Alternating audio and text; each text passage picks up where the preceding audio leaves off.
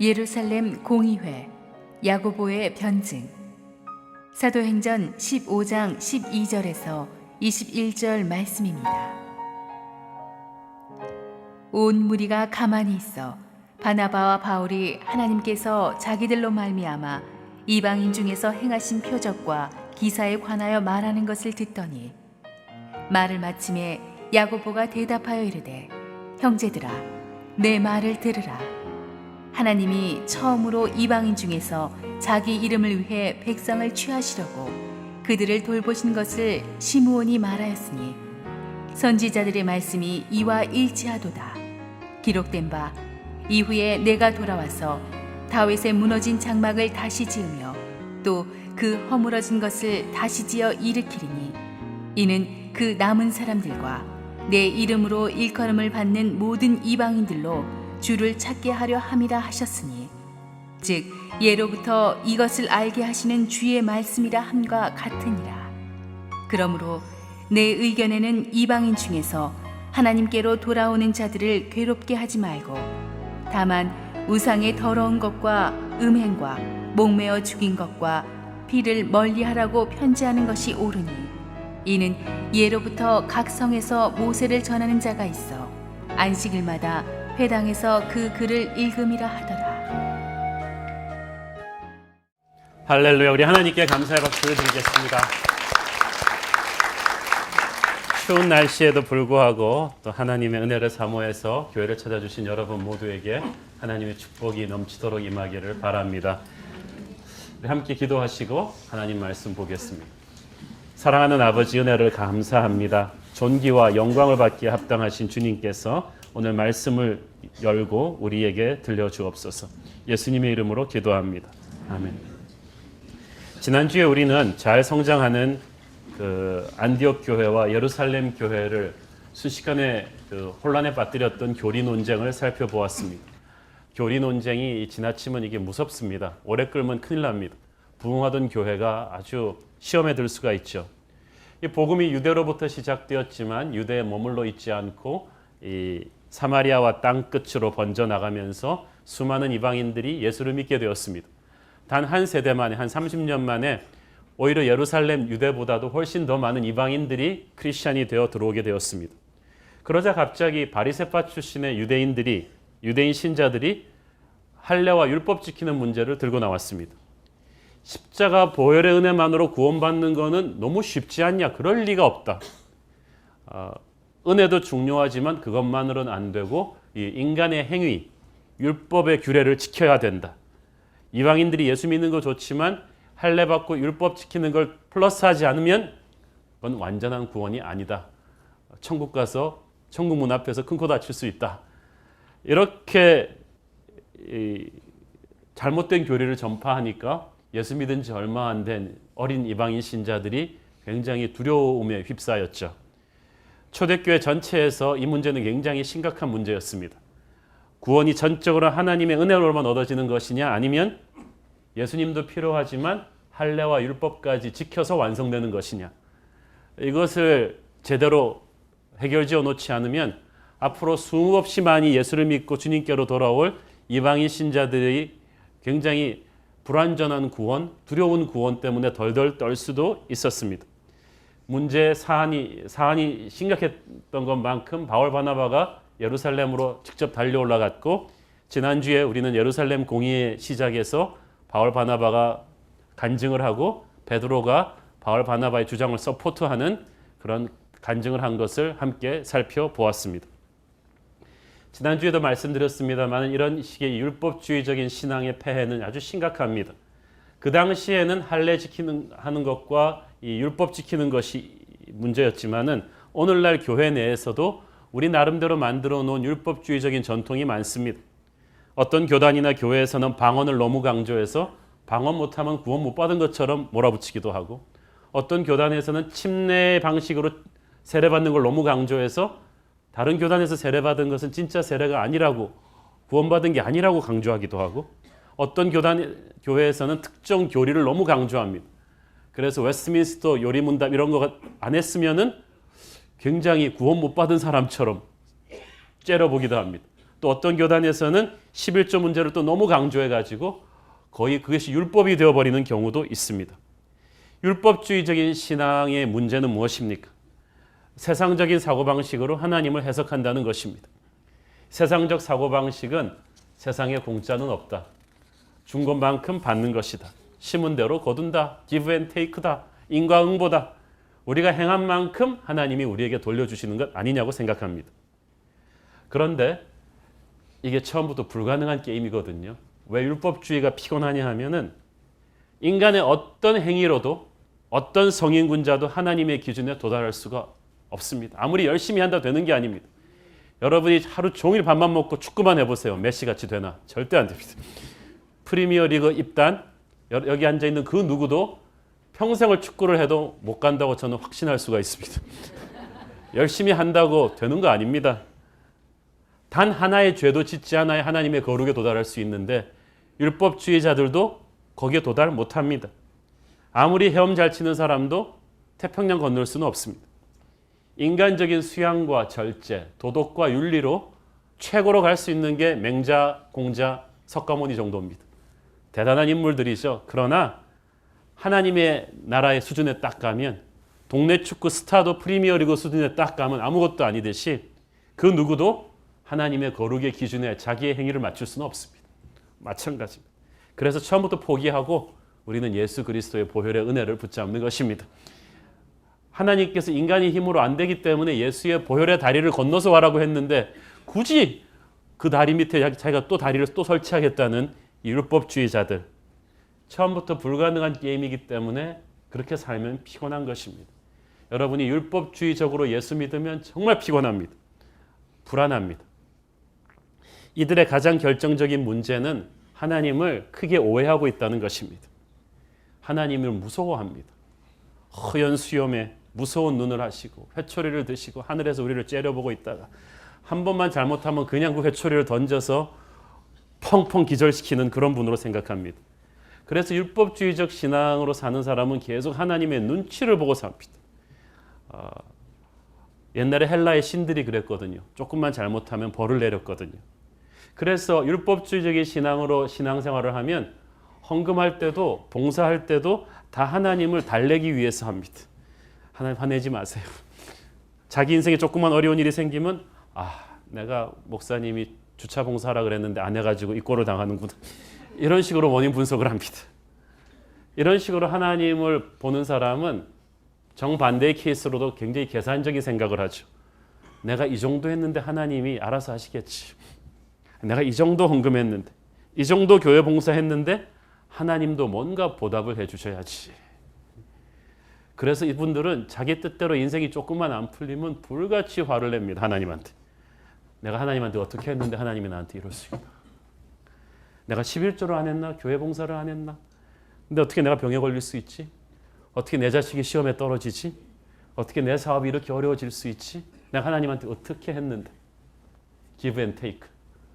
그런데 율법주의자들이 착각하는 것 첫째는 자기가 하나님한테 드린 것만 생각하고 하나님이 자기한테 준 걸 생각을 안 해요. 나의 모든 걸 바쳤는데, 여러분, 어떤 사람이 여러분한테 미국 땅을 그냥 줬어요.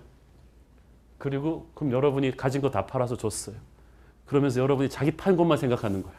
내가 어떻게 했는데 여러분 가진 거 다 팔아도 그 미국 땅이랑 바꿀 수 있습니까? 여러분이 남은 생에 버는 돈 전부 다 헌금하고 있는 시간 전부 다 하나님 나라 일만 해도 예수 그리스도의 보혈을 못 갚습니다. 누가 여러분이 하나님께서 이미 여러분을 위해서 해놓으신 것을 갚을 수가 있습니까? 은행 잔고로 give and take로 비교하면 도저히 갚을 수가 없어요. 그렇기 때문에 여러분의 행위로 하나님과 딜하려고 그러지 마세요. give and take가 어디 있어요? 이미 하나님이 주셨는데. 하나님이 몇 조를 집어넣어 주셨는데 여러분이 몇 천 원 드리면서 티내겠다고요? 내가 이만큼 했으니까 하나님도 나한테 갚아달라고요. 이거 왜 이러세요? 예수의 보혈 앞에 서 있는 여러분은 그런 말 할 자격 없어요. 바다를 먹물로 삼고 하늘을 두루마리로 삼아도 그 크신 사랑을 표현을 못합니다. 하나님이 율법주의자들 싫어하는 두 번째 이유는 의식은 있는데 마음이 없다는 거예요. 지난주에 말씀드렸죠. 결혼 반지를 아무리 끼고 있어도 사랑이 없는 결혼 생활이 무슨 의미가 있습니까? 5캐럿짜리 다이어가 있다 한들 사랑이 떠나버린 남편과 여러분 살 수가 있습니까? 하나님이 그래서 가식적인 신앙생활을 싫어하시는 거예요. 하나님은 또한 이 율법주의자들이 형제를 압박하기 때문에 싫어하세요. 자기들이 좀 더 오래 예수를 믿었다고 해서 예수 믿은 지 얼마 안 되는 사람들을 무시하고 하나님이 새신자들 이뻐하는 걸 싫어하시고 그래가지고 핍박하는 걸 싫어하십니다. 이 자기보다 믿음이 어린 형제들을 판단하고 압박하는 이런 마인드로는 공동체를 만들 수가 없습니다. 율법주의적인 신앙이야말로 공동체 킬러입니다. 그 교회 시니어 리더십이 율법주의적인 마인드를 갖고 있으면 그 교회는 기쁨이 없어요. 경직되어 있게 마련인 것이죠. 이 율법주의 신앙을 어떻게 탈피할 수가 있겠습니까? 간증이 있어야 돼요. 12절 보세요. 12절 같이 읽겠습니다. 시작. 온 무리가 가만히 있어 바나바와 바울이 하나님께로서 자기들로 말미암아 이방인 중에서 행하신 표적과 기사에 관하여 말하는 것을 듣더니, 그러니까 지난주 바울 바나바의 간증에 이어서 베드로가 일어나 자기 간증을 쫙 한 거예요. 내가 직접 경험하지 않았느냐? 이방인 고넬료의 가족에게 성령 세례가 임하는 걸 내가 경험했고 그걸 예루살렘에 와서 간증했었고 너희들도 그때 수긍했었다. 그게 불과 10여 년 전 일이다. 그리고 파워풀하게 이거를 선포했습니다. 유대인 이방인 차별 없이 모두 은혜로만 구원받았다는 걸 선포했는데, 그러고 나니까 12절에 온 무리가 가만히 있었다. 보다 정확히 번역하자면 Suddenly they became silent. 순식간에 입이 딱 다물어졌다는 뜻입니다. 왜냐하면 그 말의 영적인 파워와 권위에 압도당한 거예요. 여러분, 무슨 말을 하는 것보다 중요한 것은 누가 어떻게 말하는가예요. 여러분의 말에 영적인 권위가 있기를 바랍니다. 권위가 없으면 잔소리죠. 베드로는 자기의 삶이 있었어요. 베드로가 간증하고 난 다음에 또 바울 바나바가 일어나서 또 간증하죠. 이 바울과 베드로 바나바의 말은 이 율법주의자들의 말과 뭐가 다릅니까? 율법주의자들은 교리가 있지만 베드로, 바울, 바나바는 삶이 있어요. 자기의 삶으로 체험한 사람이 가장 파워풀합니다. 설득력 있습니다. 말을 못해도 설득력 있어요. 체험했으니까. 호랑이를 그림책에서 본 사람과 산골에서 맞닥뜨린 사람은요, 말하는 게 틀려요. 직접 호랑이 본 사람은 논리적으로 호랑이에 대해 설명 못해요. 그렇지만 그 눈빛에서, 그 흥분하는 마음에서 이미 체험한 사람은 달라요. 연애 소설 읽고 사랑을 아는 사람하고 진짜 사랑에 빠진 사람하고는 다르다니까요. 삶이 있기를 바랍니다. 여러분이 하나님이 논리가 아니라 교리가 아니라 여러분의 삶으로 체험한 신앙이 있기를 바랍니다. 이것이 나의 간증이요. 딱 할 수 있는 이게 있어야 돼요. 베드로가 어떻게 간증이 있었습니까? 베드로가 삶에서 체험했기 때문인데, 어떻게 삶에서 체험했어요? 순종했기 때문에 그래요. 처음에는 그 순종이 어려웠죠. 이방인 고넬료한테 처음 가라 그러니까 어려웠어요. 베드로도 처음에 노했지만 하나님의 음성을 듣고 자기 필이 안 받쳐도 자기의 생각과 경험과는 다른 새로운 걸로 순종하라고 하는데도, 자기 교단, 자기 교리를 넘어가는 것인데도 주님 말씀하시면 순종하니까 하나님이 새로운 걸 보여주신 거예요. 이방인 선교를 베드로가 체험하게 해주신 거예요. 성령 세례가 이방인들에게 임하는 걸 베드로가 목도하게 하셨어요. 율법주의적 신앙을 깨려면요, 삶으로 나와야 돼요. 간증이 있어야 되는데, 간증은요, 나의 하나님을 내가 체험하는 거예요. 근데 그걸 누가 체험할 수 있어요? 순종하는 사람이 체험할 수 있어요. 그러므로 여러분은 여러분의 경험과 상식에 맞지 않아도 하나님의 음성에 순종하는 습관을 가지십시오. 사람은, 군인은요, 전쟁터에 있어야지 뒤에서 데스크에 앉아 있으면 안 돼요. 하나님의 사람도요, 교리 싸움하고 있지 말고 영적 전쟁의 최전선에 나가 있어야 돼요. 그래서 하나님 사역의 현장에서 뛰어야 돼요. 교회에서 시끄러운 사람들은 다 안 뛰는 사람들이. 일을 좀 더 시켜야 돼요. 사역의 현장에서 기도하며 어둠의 권세를 몰아내며 하나님의 음성을 듣고 실천할 준비가 돼 있는 사람은 분소리가 없어요. 그리고 그 사람은 눈이 번쩍번쩍합니다. 순종하는 사람의 삶에서 하나님은 그가 경험하지 못한 기적을 행하시고, 기적을 체험하고 나면 하나님을 이해하게 됩니다. 그리고 나면 간증이 생겨요. 그리고 그 간증에 파워가 있는 것입니다. 그게 베드로고 바울이고 바나바입니다. 그리고 그것이 저와 여러분이기를 바랍니다. 율법주의 신앙으로부터 탈피하는 두 번째 길은 말씀을 아는 것입니다. 18절을 같이 읽겠습니다. 18절 말씀 시작. 즉 예로부터 이것을 알게 하시는 주의 말씀이라 함과 같으니라. 지금 이 말 하고 있는 건 야고보거든요. 야고보는 세베대의 아들 야고보, 첫 번째 순교자 야고보가 아니고 예수님의 형제 야고보입니다. 베드로와 함께 예루살렘 교회 지도층에 있는 사람인데 그 말에 권위가 있었죠. 이 야고보가 베드로를 시므온이라고 부르면서 베드로의 주장을 백업하는 얘기를 하는데 그 백업하는 얘기의 핵심이 바로 18절이에요. 예로부터 이것을 알게 하시는 주님의 말씀이 있지 않느냐? 거예요. 자, 간증을 백업하는 건 말씀입니다. 교리가 아닙니다. 16절, 18절에서 야고보가 인용하고 있는 말씀은 아모스서 9장 말씀을 갖고 온 거거든요. 이 말씀에 보면 16절에 다윗의 무너진 장막을 다시 짓는다 그랬죠. 다윗의 무너진 장막은 정치적으로 멸망당한 이스라엘 왕국을 가리키는 것입니다. 이스라엘의 왕국은 멸망했지만 메시아인 그리스도께서 다시 오셔서 영원한 주님의 나라를 다시 일으킨다는 뜻입니다. 무너진 장막을 다시 지으며 허물어진 것을 다시 일으킨다 이 말이거든요. 그러니까 율법주의자들이 주장하는 눈에 보이는 이스라엘의 시대는 지나갔으되 복음의 시대, 누구든지 예수 그리스도를 믿는 자마다 하나님의 자녀가 되는 이방인들도 다 끌어안으시는 성령의 시대가 왔다 하는 거예요. 쥐꼬리만한 팔레스타인 땅에서 정치적인 왕국의 회복을 꿈꾸지 마라. 이제 영원한 나라, 천하 만민의 백성들을 다 끌어안는 글로벌 복음의 시대가 왔다는 것입니다. 고린도후서 5장 17절 시작. 그런즉 누구든지 그리스도 안에 있으면 새로운 피조물이라. 이전 것은 지나갔으니 보라 새 것이 되었도다. 여기서 중요한 게요. 그리스도 안에 있으면 계속 새로운 일이 생긴다는 거예요. 새로운 피조물이. 이전 것은 계속 지나가고 있어요. 영성은 현재 진행형이거든요. 나도 한때는 잘 믿었는데 이런 소리 하지 마세요. 나도 대학교 다닐 때는 학생회장이었죠. 회장 한 번 안 해본 사람 여기 누가 있어요? 그게 중요한 게 아니에요. 나도 뭐 3대째 예수 믿는 집안인데 소용없어. 이전 것은 지나갔으니 보라 새 것이 되었도다. 그리스도 안에 있으면 여러분에게는 새로운 술이 계속 부어지는 것입니다. 하나님께서는 새로운 은혜를 여러분에게 부어주실 것이고 새로운 영성으로 여러분은 시대를 다시 열게 될 것입니다. 17절을 보세요. 그 남은 사람들, 유대인들 중에서 예수 믿은 사람들이에요. 내 이름으로 일컬음을 받는 모든 이방인들. 그러니까 하나님께서는 이미 그 옛날에 구약시대에 이미 이방인들을 크리스찬으로 만들 생각을 갖고 계셨던 것입니다. 이게 갑자기 일어난 하나님이 갑자기 마음 바꿔서 이방인도 구원해야지 그런 게 아니라는 거예요. 처음부터 그 마음을 갖고 계셨고 구약성경 곳곳에 그 마음을 펼쳐 놓으셨는데 이 이스라엘 백성들이 율법은 붙잡았지만 하나님의 말씀에 배어있는 하나님의 뜻은 캐치하지 못한 것입니다. 말씀을 붙잡지 않고 교리만 붙잡으니까 하나님의 생명을, 말씀의 핵심을 잃어버린 거예요. 예수를 오래 믿은 사람들의 문제가 바로 이것입니다. 자기의 경험과 지식과 방법 안에서 하나님을 가둬두려고 하는 거예요. 그러니까 말씀을 편집해요. 자기 마음대로.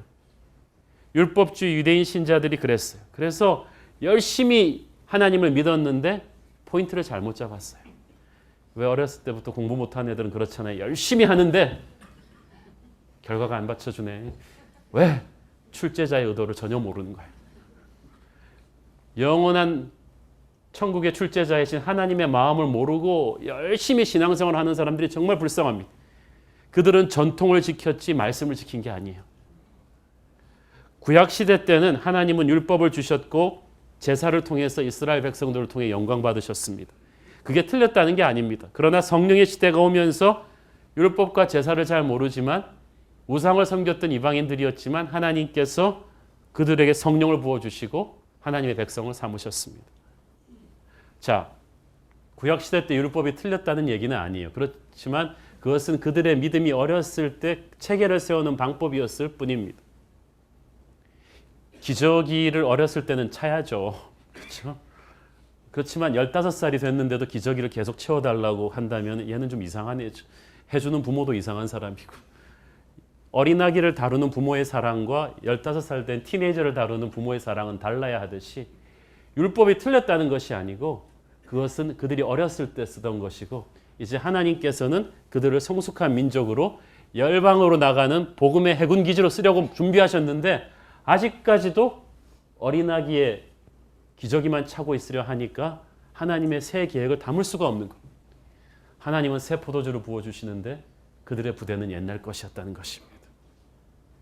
그러니까 그들의 신앙은 전통에 익숙해지는 것이었지 살아있는 하나님과 함께 호흡하는 것이 아니었습니다.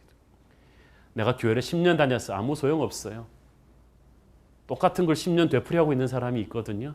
여러분의 신앙이 전통에 익숙해진 것이었습니까? 기독교 문화에 익숙해진 종교인입니까? 아니면 살아있는 하나님과 교제하면서 성장하는 영적인 성장이냐? 이건 다른 거예요. 믿음은 생명이거든요. 여러분은 종교인이 되지 말기를 바랍니다. 하나님의 자녀예요. 자녀는 관계예요. 관계는 변하는 것이고 성숙하는 것입니다. 18절에 보면 예로부터 이것을 알게 하시는 주의 말씀이다. 이 말은 무엇입니까? 너희들이 율법 붙잡는 거 그만하고 말씀을 붙잡았더라면 하나님의 새로운 포도주를 읽었을 것이다. 여러분도 말씀 가까이 하기를 게을리하면 순식간에 전통의 노예로 전락하게 될 것입니다. 자기가 태어나면서 익숙해오진 교단의 법과 예배와 목회 스타일이 절대적인 것이라 착각하고 이게 조금만 다르면 그냥 등을 돌려버리는 것입니다. 칼빈은 그렇게 하지 않았다고 막 장로교인들은 얘기합니다. 칼빈은 16세기 자기 시대에 맞게 말씀을 해석하고 최선을 다해 목회했어요. 그렇지만 우리는 우리 시대 칼빈이 되는 거예요. 16세기의 칼빈의 문화까지 그렇게 답습할 필요는 없죠. 웨슬리는 감리교의 선조인데 우리는 웨슬리의 정신을 가지고 이 시대의 새로운 웨슬리가 되면 되는 거예요. 그 시대 16세기에 맞춰 웨슬리가 만들어 놓은 그 문화를 우리가 하나님의 생명이라고 착각할 수는 없는 것입니다. 선입관을 가지고 있으면 생명력 있는 신앙을 가지기가 어렵습니다. 이게 율법주의자들의 문제예요. 미국에 이제 이민 가서 영어 배울 때 보면요. 처음 이민 가서 영어 가장 못 배우는 사람들이 누군지 압니까?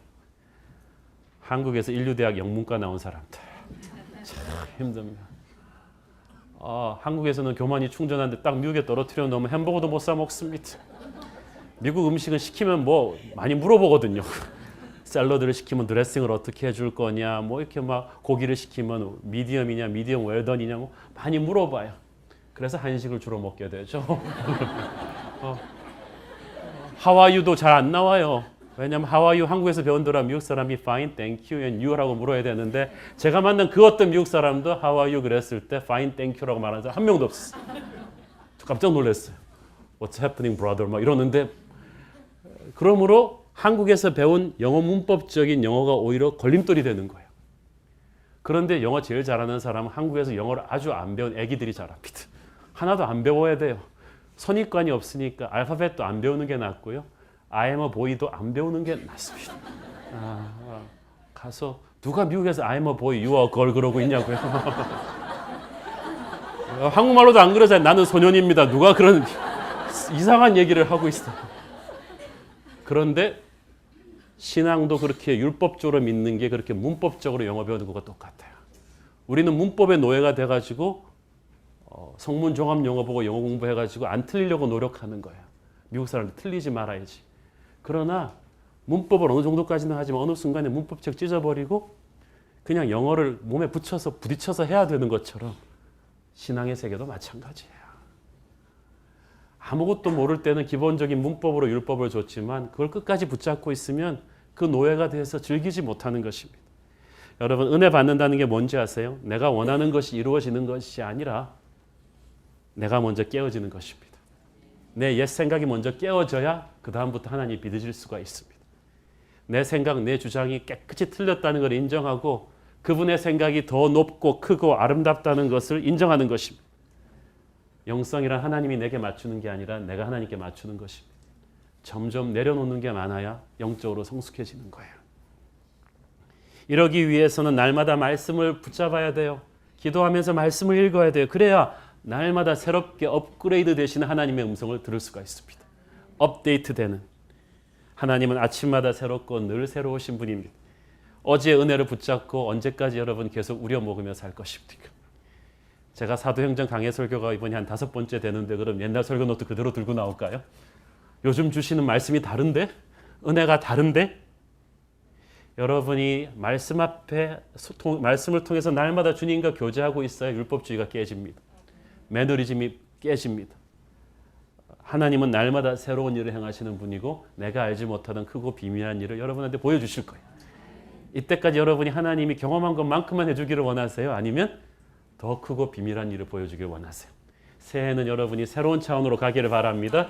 내가 하지 못하던 아이디어들이 막 오고 내가 생각하지도 못했던 거래처가 생기고 내가 하지 못했던 아이디어가 생기고 나를 새로운 방법으로 이끌어 가실 하나님에게 나를 맞추기 위해서는 전통이 아닌 말씀을 붙들기를 바랍니다. 전통을 걷어차 버리세요. 옛 경험을 빨리빨리 없애버리고 하나님의 새로운 인도하심을 기다리십시오. 교회 이름도 얼마나 좋습니까? 새로운 교회. 우리는 날마다 새롭게 하나님 앞에 엎드린다는 것입니다. 이 말씀의 근거에서 야고보는 교회를 대표해서 파이널 결정을 합니다. 영적 지도자는 기도하면서 음성 듣고 결정하는 사람입니다. 파퓰리즘의 노예가 되어서 대중한테 끌려다니는 사람이 아닙니다. 용기를 가지고 하나님의 말씀대로 결정하는 거예요. 이거 쉽지 않습니다. 그 당시 예루살렘 교회 만만치 않은 정치적인 세력이 당장 교회에서 나가면 굉장히 흔들릴 수 있는 무게 있는 사람들이 다 율법주의자들이었거든요. 그런데도 야고보는 베드로는 정치적으로 판단하지 않고 영적으로 판단합니다. 저는 여러분이 정치적으로 사람 눈치 보면서 결정하지 말고 영적으로 결정하기를 바랍니다. 야고보가 교회를 대표해서 한 결정의 큰 맥은 2개입니다. 첫째는 너희 유대인 신자들은 믿음이 어린 이방인 신자들을 괴롭게 하지 마라. You should not make it difficult for the Gentiles. 예수 믿는 것을 괴롭게 만들지 말라는 것입니다. 이 말이 굉장히 의미심장하지 않습니까? 오래 믿은 기성신자들이요. 새로 믿은 신자들을 괴롭게 합니다. 예수 믿는 걸 갖다가. 너 예수 믿는 거 쉬운 게 아니야. 너 죽었어 이제. 그러면서 이제 군기 잡는 거예요. 나도 후배 때는 뺑뺑 돌았어. 처음 예수 믿었을 때 나도 반쯤 죽었어. 여기 와서 이렇게 군기 잡는 것입니까? 유대인 신자들이 그랬다니까. 너 할례 받아야 돼. 얼마나 놀랬겠어요. 이방인 신자들이. 율법 다 지켜야 돼. 은혜는 기본이야. 야고보는 그렇게 하지 말라는 것입니다. 믿음이 어린 신자들한테 예수 믿는 것을 어렵게 만들지 말라는 것입니다. 너희 자신도 버거워하던 영적인 멍에를 왜 씌워주느냐. 오늘날 한국 교회의 위기도 이것과 비슷합니다. 예수 믿은 지 오래된 믿음의 선배들이 교회에서 기성신자들이 비본질적인 것을 가지고 너무 심각하게 믿음이 어린 신자들을 속박합니다. 60, 70년대만 해도 젊은이들이 기성교회를 많이 떠났습니다. 특히 대학생들이. 왜? 학생 운동으로 가지 않으면 학생 선교단체로 몰려버렸어요. CCC, 내비게이터, UBF, 조이선교회 등으로 다 나갔어요. 기성교회 대학부는 텅텅 비어 있는데 학생단체만 막 부흥하는 거예요. 그러면서 막 학생단체가 우리 젊은이들을 뺏어간다, 이단이다 뭐 그런 말을 했는데 이단이 아니에요. 그 당시 기성교회가 복음 설교를 하지 않았기 때문입니다. 신유의 은사와 방언을 강조하는 이쪽 교단을 제외하고 대부분의 보수교회 설교가 윤리적이고 도덕적이고 정죄하는 설교였어요. 주일날 밥 사 먹지 마라. 교회에서 기타 치면 안 된다. 드럼 치지 마라. 이거 하면 안 된다. 저거 하면 안 된다. 이렇게 많은 규율들을 많이 지켜갖고 제가 아직도 기억이 납니다. 그것을 잘 지켜야 예수 잘 믿는 것입니다. 어쩌다가 가정예배나 새벽기도 한번 빼먹으면 천벌을 받을 정도로 스트레스를 줍니다. 물론 우리 믿음의 조상들의 강인한 신앙을 제가 평가절하하는 것은 아닙니다. 그런 강한 신앙으로 일제시대 같은 힘든 시대를 잘 헤쳐왔죠. 그렇지만 그 정신을 잃어버리고 그 방법만 남아가지고 한국의 많은 보수 기독교가 강직하고 경직된 그 틀만 붙잡아 버렸어요. 그러니까 예수 믿고 나서 예수님 안에 있는 자유를 가르쳐주고 은혜의 복음, 구원의 감격과 기쁨을 먼저 누리도록 해줘야 되는데 이건 마치 영어를 처음부터 문법으로 기부터 확 죽여버린 것 똑같아요. 근데 처음부터 배우는 어린아이들은 미국 가서 그렇게 안 배우잖아요. 그냥 틀려도 같이 놀면서 즐기면서 게임하면서 기쁨으로 배우게 해야 되는데 처음부터 율법으로 눌러버리는 거예요. 목회자와 평신도들이 함께 팀워크를 이루며 창조적인 아이디어를 내면서 서로 함께 동역하는 팀워크를 해야 되는데 율법주의가 들어오니까 서로 계급의식이 돼가지고 목회자와 장로가 서로 견제하는 그런 구조가 돼버리고, 예배가 기쁨의 축제가 돼야 되는데 하나님한테 거스르면 안 되니까 박수도 못 치고 웃지도 못하고 애들은 나가야 되는 그런 무서운 시간이 돼버린 거예요. 이렇게 사람들에게 율법적인 신앙을 계속 강요하면 어떻게 됩니까? 교회 안 나옵니다. 젊은이가 누가 교회가 나옵니까? 예수가 싫어서 교회를 떠난 게 아니라 문화를 못 견디는 거예요. 심하면 이단에 빠지기도 합니다. 그래서 부모가 신앙 좋다는 집안에서 자란 사람들이 하나님 안 믿고 교회 어른이 돼가지고 교회 안 나오는 사람들이 얼마나 많은지 몰라요. 한 70% 이상의 젊은이들이 자기 부모가 다니는 교회 안 나갑니다. 신앙 자체를 떠나는 사람도 많습니다. 예수가 싫은 게 아니라 율법주의적인 신앙으로부터 도망치고 싶었던 것입니다. 교회에서 만약 그들에게 진정한 복음을 가르쳤더라면 우리가 부른 복음성가대로 주 예수 사랑 기쁨 내 마음속에 이제는 정죄 없네 예수 안에서, 이제는 해방됐네 예수 안에서, 주님 안에서의 복음은 자유요 기쁨이요 축제임을 가르쳤더라면 그렇게 되지 않았을 거예요. 율법주의적인 신앙에서 탈진된 사람들은 말합니다. 나도 한때는 교회 열심히 다녔습니다. 11조도 했습니다. 봉사도 많이 했지만 내 마음에 기쁨이 없었습니다. 자유함이 없었습니다. 하나님한테 찍힐까 봐 두려웠습니다. 얼마나 슬픈 일입니까? 우리는 은혜로 구원받아 놓고 우리는 왜 율법적인 멍에들을 계속 만들어서 스스로를 속박하고 어린 성도들을 속박합니까? 그들이 예수 안에서 복음의 구원의 기쁨을 누리려고 하는데 우리는 그들을 군기 잡는 데 급급했다는 거예요. 복음의 본질을 붙들어야 합니다. 인간이 만든 비본질적인 전통과 규율을 정리할 필요가 있습니다. 교회는 복음을 제대로 보여주는 것입니다. 살아있는 예수님의 자유와 기쁨과 풍성함을 보여주는 것이 바로 교회입니다. 그것이 신앙생활입니다. 저는 새로운 교회에서 여러분이 누리는 신앙생활이 그런 것이 되기를 바랍니다. 야고보가 두 번째로 부탁한 결정은 이방인 신자들에게 주는 것입니다. 자, 율법주의자들은 더 이상 율법의 굴레를 새신자들한테 강요하지 마라 그랬지만 이방인 신자들에게도 부탁하는 것이 있었습니다.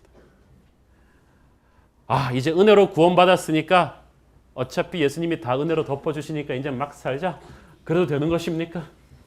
그래서 예배 끝나고 가면서 선술집에서 한잔 하시고 이렇게 막 가도 되는 것입니까? 우리는 은혜로 살 거야. 은혜로 사는 것은 그렇게 막 살라는 것이 아닙니다. 그래서 우리가 조건부로 구원받은 것은 아니지만 구원받은 자는 구원의 열매를 삶에서 맺어 주셔야죠. 여기서 20절을 보십시오. 20절 같이 보겠습니다. 시작. 다만 우상의 더러운 것과 음행과 목매어 죽인 것과 피를 멀리하라고 편지하는 것이 옳으니. 먼저 우상의 더러운 것을 멀리하라는 말은 쉽게 말해서 예수 믿기 전에 몸에 배어있던 익숙해졌던 세상의 문화의 잔재를 털어버리라는 것입니다. 그 중에서도 문화라는 이름으로 변장한 죄적인 습관을 털어버리는 거예요. 세상적인 문화 중에 하나가 아무 생각 없이 음담패설하는 거, 아무 생각 없이 남의 욕하는 거, 그건 문화 아닙니다. 죄입니다. 문화란 이름을 불렸을 뿐이죠. 우리 시대 컨텍스트로 말하자면 술, 담배, 도박으로 표현할 수가 있겠습니다. 술, 담배 끊어야만 구원받습니까? 그건 아닙니다. 우리는 윤리가 아닌 은혜로 구원받기 때문이죠. 그러나 예수를 믿고 나서도 살아계신 하나님이 내 안에 들어오고 나서도 술, 담배를 해도 아무렇지도 않다면 그것도 이상한 사람이죠. 진짜 구원받고 예수님의 은혜로 충만해지고 나면 누가 시키지 않아도 술, 담배가 싫어져요. 예수가 좋아서 그냥 이게 싫어져서 없어져야지 이거를 안 하면은 교회에서 두려워서 이렇게 하지 마십시오. 그건 마치 저는 계속 와서 목사님 술, 담배가 꼭 죄입니까? 교회 다니면 이런 질문을 하시는 분들을 볼 때 그 질문 자체를 하는 분들 IQ가 의심스럽습니다. 마치 결혼하고 나서 와가지고 사랑하는 그대여 내가 결혼하기 전에 데이트한 이 사람 저 사람 지금도 만나는 게 죄인가 물어보는 거 똑같은 거. 무슨 그런 바보 같은 질문이 있어요. 결혼하면서 그게 정리가 돼야죠. 우리는 오직 은혜로만 구원받았지만 이제 구원받은 자가 지켜야 될 문화가 있어요. 한국에는 한국 문화가 있고 미국에는 미국 문화가 있어요. 군대에는 군대 문화가 있고 우리 이제 민간인의 민가 따로 있어요.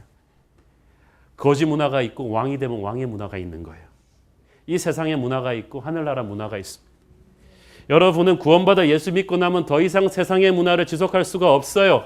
옛날에 여러분이 세상의 권세 잡은 자의 자식이었을 때는 그의 성격 그대로 음란과 폭력과 투기와 질투와 더러운 습관들을 계속하고 살았지만 이제 왕의 왕이신 하나님의 자녀가 된 여러분은 그분의 격으로 살아야 되는 거예요. 사랑과 기쁨과 능력과 지혜와 정직과 아름다움이신 그분이 자녀가 됐단 말이에요. 그러면 그 격을 맞추셔야죠. 그러니까 여러분 서로를 정죄하는 건 아니고 스스로나 성도한테 그렇게 눈치를 주세요. 격 있게 살아야지. 하나님의 자녀의 격을 가져야지. 윤리로 구원받진 않지만 구원받은 자는 구원의 열매를 맺어야 합니다. 한국의 많은 우리 교회의 문제는 주일날의 하나님이 월요일의 하나님으로 연결되지 않는 거예요. 대부분의 문제가 아멘하고 난 다음에 일어난대잖아요. 가서 그거를 실천을 안 하는 거예요. 은혜로 구원받았지만 우리는 은혜 받은 자답게 삶에서 보여줘야 합니다. 야고보서 2장 14절 보겠습니다. 시작. 내 형제들아 만일 사람이 믿음이 있노라 하고 행함이 없으면 무슨 유익이 있으리요? 그 믿음이 능히 자기를 구원하겠느냐? 야고보서 2장 17절. 이와 같이 행함이 없는 믿음은 그 자체가 죽은 것이라. 행함이 없는 믿음은 그 자체가 죽은 것이라. 국가대표 유니폼을 입었다고 국가대표입니까? 공을 제대로 차야 국가대표죠. 은혜를 받은 자는 그런 것입니다. 사랑하는 여러분, 하나님이 왜 율법주의적 신앙을 싫어하는지 제가 계속 말씀드렸죠. 율법주의적인 신앙은 하나님을 무서워하는 거예요. 어떤 평생 동안 한 번도 결혼 생활에서 딴 여자를 한눈 피지 않고 살아온 2명의 남자가 1000명 중에서 딱 2명만 있더라는 거예요. 그래서 2명을 불러서 물어서 어떻게 30년 결혼 생활 동안 한 여자도 한눈 팔지 않고 자기 아내만 보고 살았냐 그랬대. 어떤 남자는, 첫 번째 남자는 딴 생각하면 제가 맞아 죽습니다. 아내가 무섭다는 거죠. 또 두 번째 남자는 우리 아내보다 사랑스러운 여자를 30년 동안 저는 본 적이 없어서 그런 짓을 안 했다는 거죠. 여러분은 어떤 남편을 원하십니까? 아내한테 맞아 죽기가 두려워서 딴 생각 안 하는 남편을 원하십니까? 아내가 너무 사랑스러워서 딴 여자가 눈에 안 들어올 정도가 돼야 되는 겁니다. 하나님은 여러분이 하나님을 무서워해서 죄 짓지 않는 게 아니라 하나님을 너무 사랑해서 거룩하게 살기를 원하시는 것입니다. 그것이 자유함과 격을 동시에 갖춘 하나님의 백성이 갈 길이죠. 야고보는 또한 음행을 하지 말라고 했어요. 성적인 문란함. 그 당시 헬라 문화는 아무렇지도 않게 이렇게 성적인 문란함이 자행되었거든요. 문화라는 이름으로. 오늘날 우리나라 또 음란 문화가 너무 많아요. 누가 농담삼아 말하는데 강남의 주부들 치고 남자친구 없는 사람 없다. 그거는 농담이 아닙니다. 크리스찬 남자들도 이 한국의 이 음란 문화에 얼마나 많이 노출되어 있는지 모릅니다. 정신 차려야 됩니다. 이 음란은 마귀가 하나님의 사람들을 무너뜨리는 가장 잘 쓰는 도구 중에 하나입니다. 우리가 이걸 깨끗하게 해야 됩니다. 야고보는 또한 목매어 죽인 것과 피 있는 고기를 먹지 말아달라고 했습니다. 유대인들은 율법에서 짐승을 죽일 때 한 칼에 급소를 딱 잘라서 고통 없이 죽입니다. 목매어 죽이면 그 속에 피가 남아있기 때문에 그 고기를 먹는 것은 피를 먹는 것입니다. 피는 생명을 상징하고 피로 인간의 죄를 속하기 때문에 먹지 말라고 율법에서 금했어요. 자, 그런데 유대인들이 싫어하는 그 고기를 이제 초대교회에서는 많이 성도의 교제를 하면서 밥을 같이 먹는데 맨날 밥 같이 먹으면서 교제해야 되는데 유대인 성도들이 아무리 사랑하려고 해도 자기들이 싫어하는 그 율법으로 금한 그 고기를 이방인들이 앞에서 쩍쩍 먹고 있으면 이게 교제가 되겠어요. 그래서 이방인들한테 이건 교리적이 아니라 적인 이유기 전에 주님의 교회 공동체의 덕을 세우기 위해서 삼가해 달라는 것입니다. 그러니까 교회를 하나로 만들기 위해서 율법주의자들한테는 율법을 강요하지 마라. 그렇지만 이방인들한테는 유대인의 율법에 어긋나는 고기 정도는 먹지 말아달라. 식습관을 절제해달라. 양쪽을 다 포기시켜서 하나님의 교회에 덕을 세우는 것입니다. 영적인 성숙은 포기하는 거거든요. 히브리서 12장에 보면은 우리가 모든 무거운 것과 얽매이기 쉬운 죄를 벗어버리라고 했습니다. 사랑하는 여러분, 오늘 구원받은 여러분의 삶에서 율법주의가 끊어지기를 바랍니다. 동시에 구원받은 사람의 방종도 사라지길 바랍니다. 은혜로 구원받았기 때문에 우리는 함부로 죄짓고 살면 안 됩니다. 하나님이 무서워서가 아니라 하나님을 사랑해서 그렇습니다. 그 사랑하는 하나님의 마음을 아프게 할 옛 습관들을 오늘 정리해야 될 분이 있으면 정리하기를 바랍니다. 사랑하는 성도 여러분, 예수 믿는 것은 고통이 아닙니다. 도살장에 끌려가는 얼굴로 교회 오지 마세요. 딱딱한 규율을 지키고 전통과 윤리의 멍에 갖추는 것이 아닙니다. 헌금 내는 걸 고통스럽게 내지 마세요. 아까워라. 이렇게 하면서 내지 마세요. 하나님이 여러분한테 언제 돈 달라고 했습니까? 그건 여러분의 마음이에요. 주일날 교회 봉사하면서 일을 갈면서 하지 마세요. 어떤 사람은 안에서 하고 나는 밖에서 이게 보냐. 예수 믿는 것은 기쁨이요 축제요 자유함입니다. 믿음 생활은 신나게 하는 것입니다. 누리는 것입니다. 예배도 사역도 기쁨에 넘쳐서 하기를 바랍니다. 뭘 할 때 왜 딴 사람은 안 하냐고 서로를 판단하지 마십시오. 성도는 서로 경쟁하지 않고 격려하는 것입니다. 은혜는 누리는 것입니다. 그러나 은혜를 함부로 오용하면 안 되죠. 그 자유함은 함부로 막 사는 방종이 아닙니다. 천국의 백성은 천국 백성다운 격을 가져야 합니다. 하나님을 두려워해서가 아니라 하나님을 사랑해서 이 세상의 더러운 습관으로부터 자신을 격리시키는 그런 결단이 오늘 저와 여러분에게 있기를 축원합니다. 기도하겠습니다. 사랑하는 아버지, 은혜를 감사합니다. 주님께서 예수 안에서 자유를 주셨고 기쁨을 주셨는데 우리가 스스로를 그리고 믿음이 어린 형제들을 율법의 굴레로 속박하지 않게 하여 주시고 우리 새로운 교회에서 날마다 새롭게 우리를 인도하신 하나님에게 열려 있게 하여 주옵소서. 예수님의 이름으로 기도합니다. 아멘.